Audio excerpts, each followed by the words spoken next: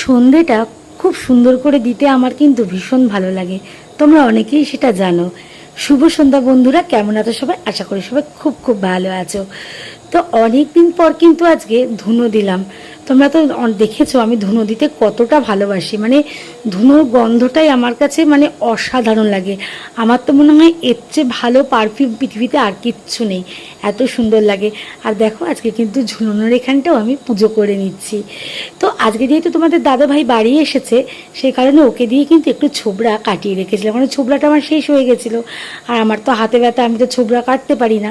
তো সেই কারণে কিন্তু এই কদিন আমি একটু ধুনো দিতে পারিনি, তাই জন্য তোমাদের সাথেও আমার সন্ধে দেওয়ার ভিডিও কিন্তু শেয়ারও করিনি। তো আজকে যেহেতু ধুনো ছোবড়াটা ও মানে রেডি করে দিয়ে গিয়েছিল, তাই খুব শান্তি করে আজকে সন্ধেটা দিলাম। চারিধারে আলো টালো জ্বালিয়ে খুব সুন্দর করে ধুনো ধূপ ধরিয়ে এত মনে শান্তি হয়েছে আজকে, কি বলবো, ভীষণ শান্তি। আমি একটা কথা খুব মনে করি, যেটা জানি না তোমরাও আমার সাথে সহমত হবে কি না, যে যেমনই হোক, জ্বর যে অল্পই হোক সামান্যই হোক, কিন্তু মানসিক শান্তিটা যদি ঠিকঠাক থাকে না, তো অল্পতেই কিন্তু মনকে মানে মনের শান্তিটা আসে বা তৃপ্তি আসে মনের। আমার ক্ষেত্রেও তাই। আমি এই অল্প ছোট ছোট জিনিসগুলোতেই খুব তৃপ্তি পাই, খুব শান্তি পাই। তো দেখো এই যে আমার মহাদেবের এখানেও কিন্তু একটা ধূপ আজকে জ্বালিয়েছি, এটা তোমাদের সাথে শেয়ার করি। এটা কিন্তু আমি একটা সময় মিশর থেকে নিয়েছিলাম, খুব সুন্দর।